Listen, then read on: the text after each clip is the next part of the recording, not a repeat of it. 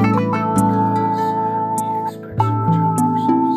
We want to do so much, therefore we're upset when we do less, and that's a poisonous way of thinking, and it's a poisonous route to take yourself down, because it only means that you don't celebrate your successes enough, and you only admonish your failures, and that's no way to live. So if you're ever feeling this way, just remember that you can choose to forgive yourself for transgressions. You can choose to forgive yourself for failures. You can choose to be above your own hate and take that as an example for the hate in the world around you.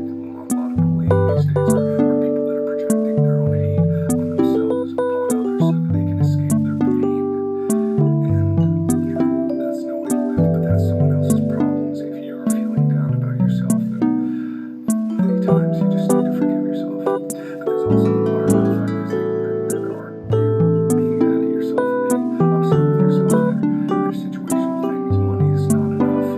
Your home life isn't solid. Your relationships are breaking down. You don't feel like you have friends to surround yourself with. And in those times, I don't have an anecdotal piece of advice or words that are going to fix your problem or even likely to make you feel better. But if it does bring you any solace, just know that I really, honestly, truly believe that you can get through it. And I honestly believe that you're strong enough to pursue your goals and to conquer your dreams and go farther than you ever thought possible. But the only way to do it is to keep trying.